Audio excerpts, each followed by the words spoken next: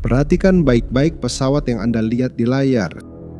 Sebuah objek hitam dove tanpa tanda-tanda besar yang terlihat dengan bentuk yang kokoh. Bentuknya bersudut hampir segitiga. Terlihat sederhana, seperti prototip murah, hampir tidak berbahaya.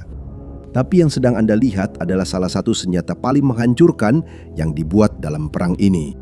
Dan senjata ini telah menyerang wilayah Rusia dalam keheningan mutlak selama 3 tahun.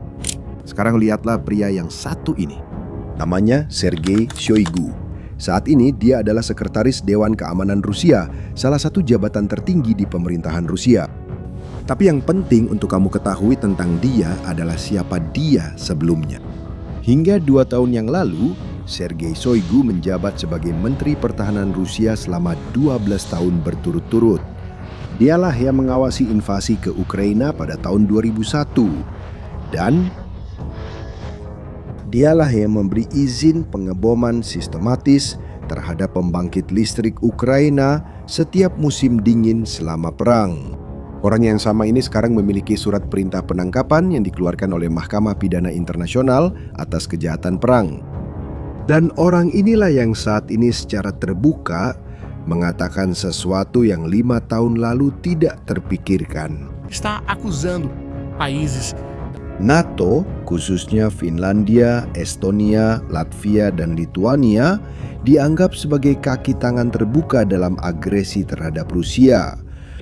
Dengan mengizinkan drone Ukraina melewati wilayah udara mereka untuk menyerang wilayah Rusia.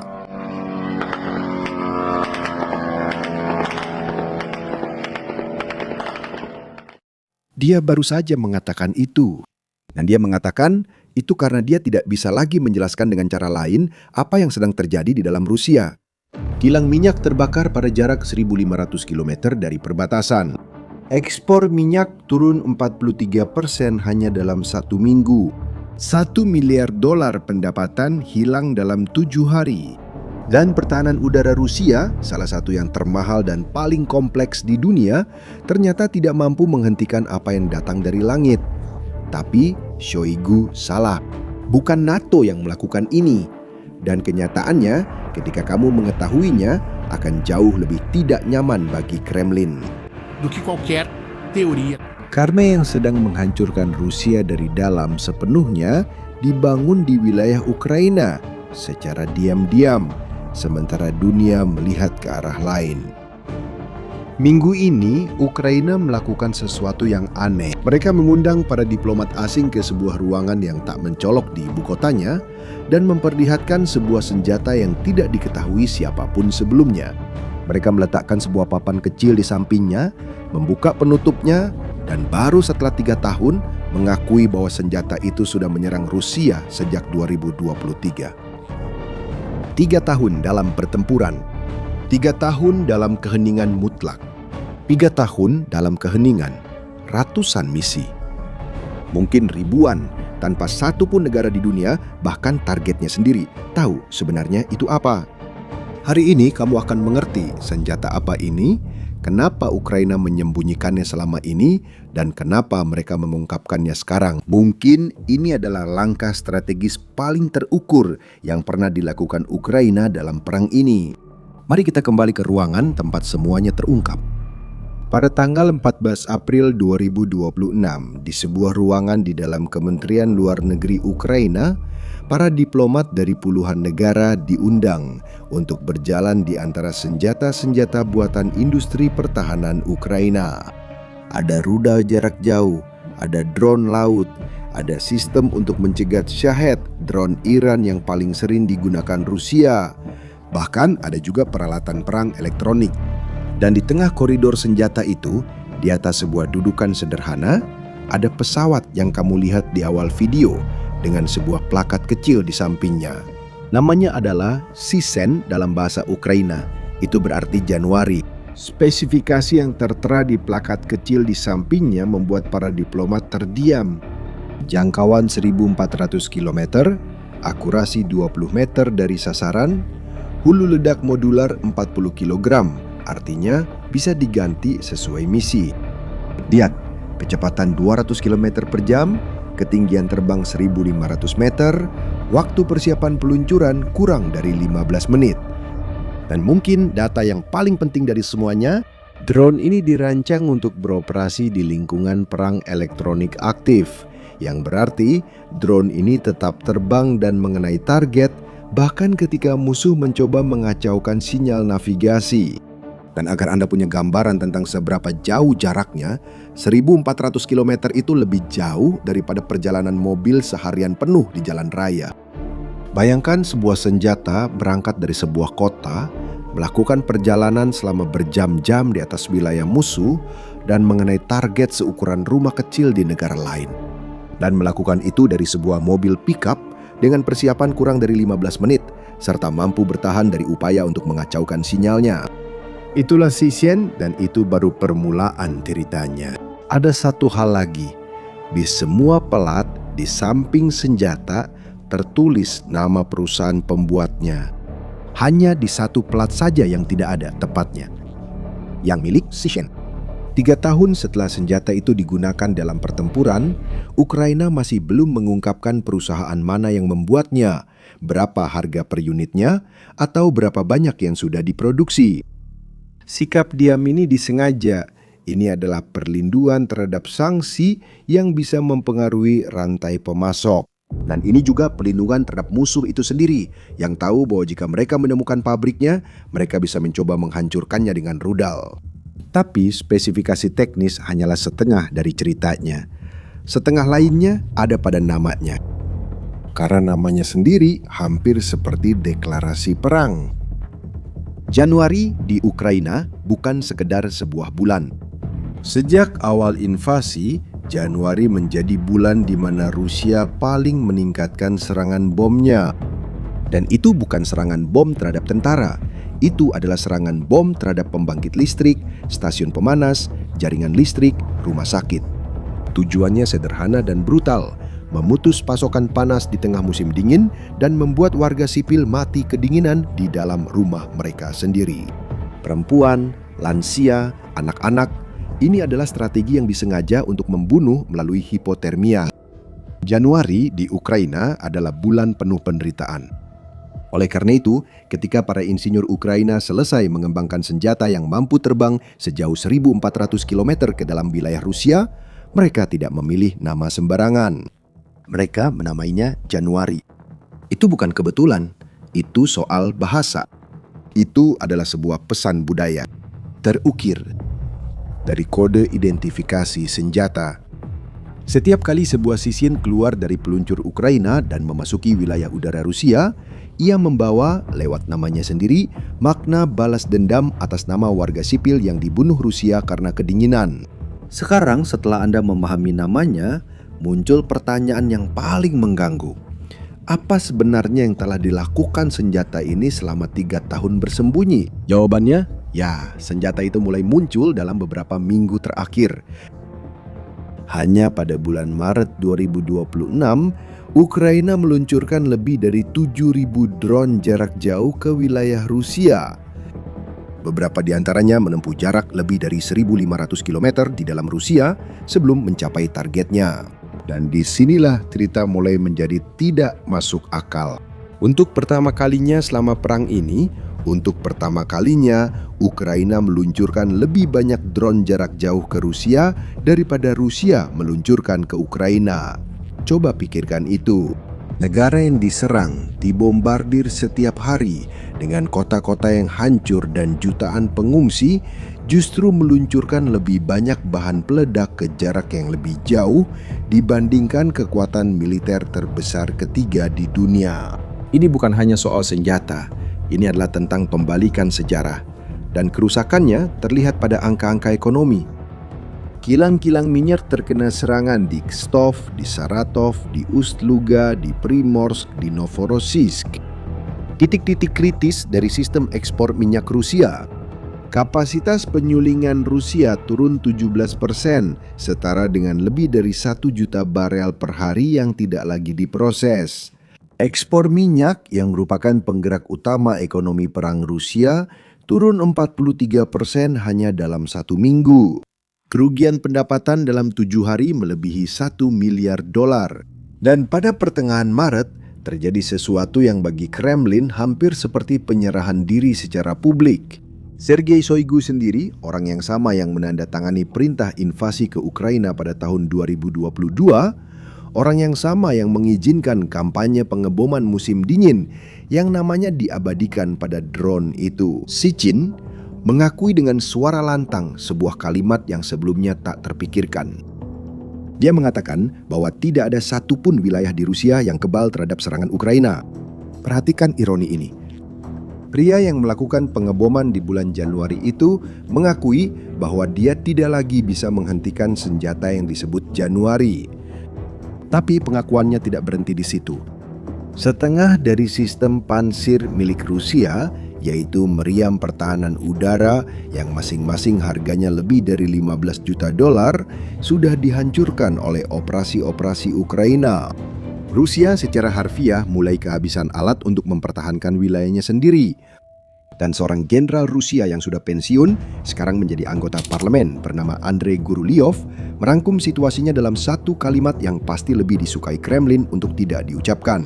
Rusia terlalu besar, pasukannya terlalu tersebar, tidak mungkin membuat perisai perlindungan yang terus-menerus.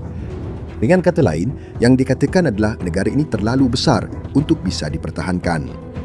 Dan Sichin adalah salah satu senjata senyap di balik semua itu. Lalu muncul pertanyaan yang mungkin terlintas di benak Anda. Jika semuanya berjalan begitu baik secara diam-diam, mengapa sekarang harus diungkapkan? Jawabannya, mengungkapkan Sichin sekarang bukanlah karena kesombongan. Itu adalah langkah yang sudah diperhitungkan dengan 3 penerima berbeda yang dirancang untuk mengirimkan 3 pesan sekaligus. Pesan pertama ditujukan untuk Eropa. Tepat 1 hari setelah Sichin muncul di depan umum, Ukraina menandatangani perjanjian pertahanan senilai 4 miliar euro dengan Jerman di Berlin. 3 miliar 200 juta untuk rudal Patriot dan peluncur pertahanan udara. Produksi bersama 5.000 drone jarak menengah dengan kecerdasan buatan. Dan mungkin poin terpenting untuk kisah kita, 300 juta euro yang secara khusus dialokasikan untuk kemampuan serangan jarak jauh Ukraina. Artinya, senjata yang mampu mengenai target jauh dari garis depan, di jantung wilayah musuh. Tepat di kategori inilah Sichin berada. Menunjukkan drone dengan 3 tahun pengalaman tempur terbukti sehari sebelum menandatangani kontrak sebesar ini berarti menunjukkan bahwa produknya sudah matang, bukan lagi dalam tahap uji coba. Ini adalah etalase yang dibuat untuk para investor, bukan untuk turis. Pesan kedua ditujukan untuk Moskow. Dan ini mungkin yang paling mengganggu. Coba pikirkan, jika Sichin bersembunyi selama 3 tahun sambil menyerang wilayah Rusia, berapa banyak senjata lain yang masih tersembunyi di gudang senjata Ukraina? Sekarang Rusia harus menganggap pada setiap intersepsi bahwa drone yang datang bisa saja apa saja. Ini memaksa pihak pertahanan berhitung berdasarkan skenario terburuk. Setiap keputusan, setiap pengeluaran, setiap sistem harus mempertimbangkan ancaman yang bahkan intelijen Rusia belum tahu namanya. Dan pesan ketiga ditujukan untuk Washington. Sementara Amerika Serikat menguras persediaan rudal Patriot mereka ke Timur Tengah karena konflik dengan Iran, Ukraina sedang mengirimkan pesan tanpa kata-kata. Kami tidak sedang menunggu, kami sedang menjadi mandiri. Menteri Luar Negeri Ukraina, Andriy Sybiha, menyatakan bahwa 95% serangan jarak jauh saat ini dilakukan dengan senjata buatan Ukraina. Lebih dari 400.000 orang bekerja di sektor pertahanan negara. Lebih dari setengah senjata yang digunakan di garis depan diproduksi di dalam Ukraina sendiri. Bagi Gedung Putih, pesannya jelas. Jika kalian tidak bisa melanjutkan, kami yang akan melanjutkan.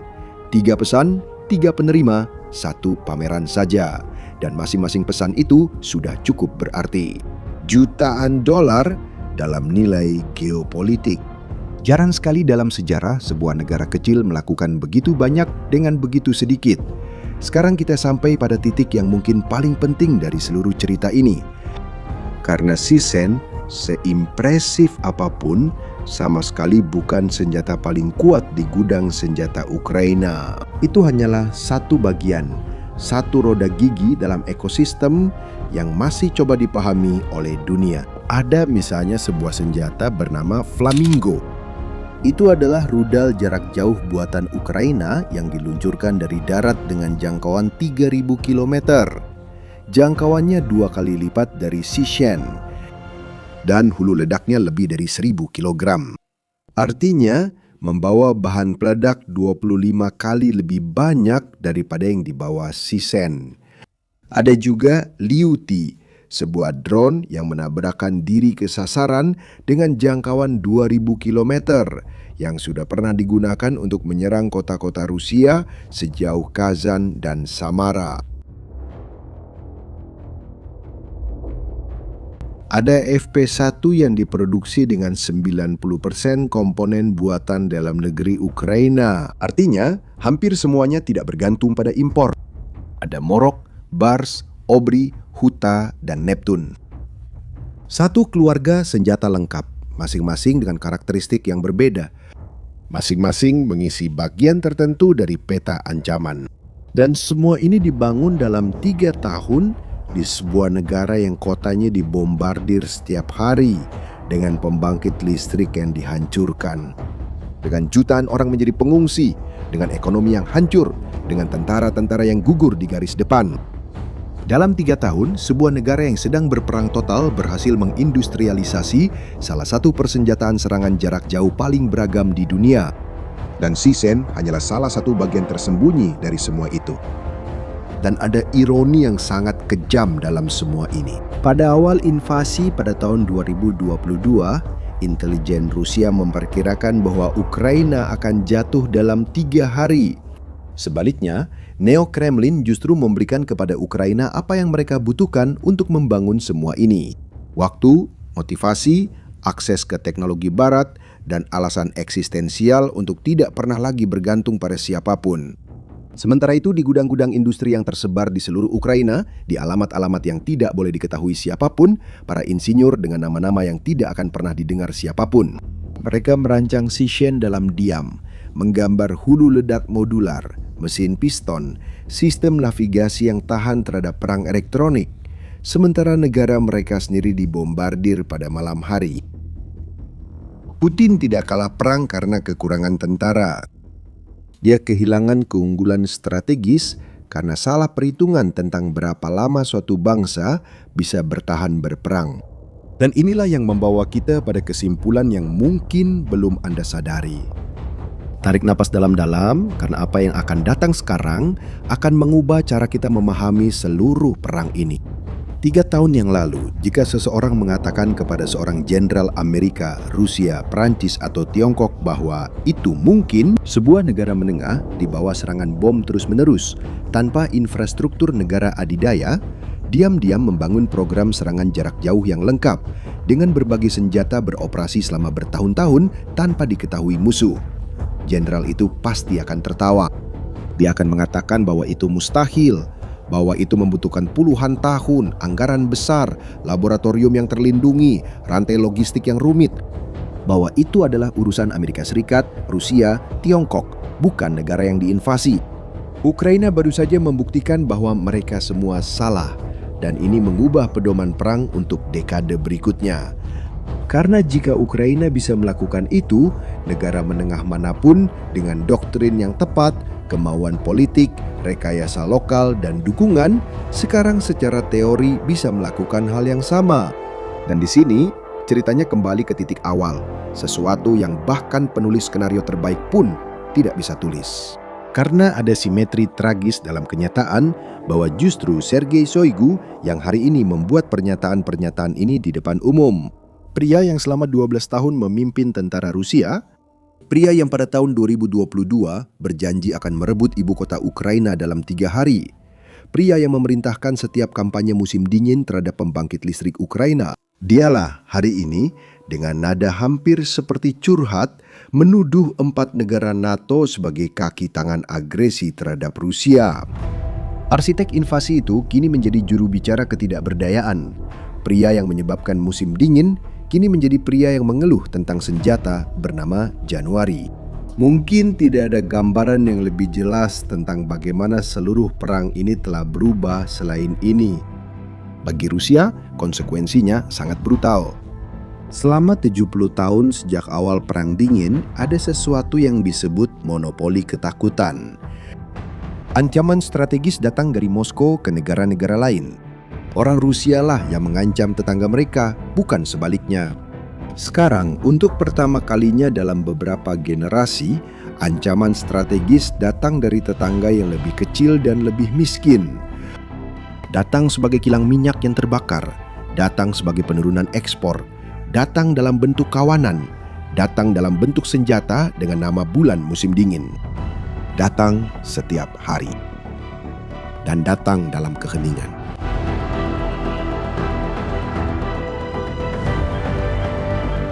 Jika video ini membantumu memahami apa yang sedang terjadi dalam perang ini dengan cara yang tidak dijelaskan oleh berita biasa, lakukan satu hal sederhana untukku. Bagikan kepada seseorang yang juga suka benar-benar memahami geopolitik, dan berlanggananlah ke kanal ini agar tidak ketinggalan video-video berikutnya. Kita masih punya banyak cerita untuk diceritakan. Sampai jumpa lagi.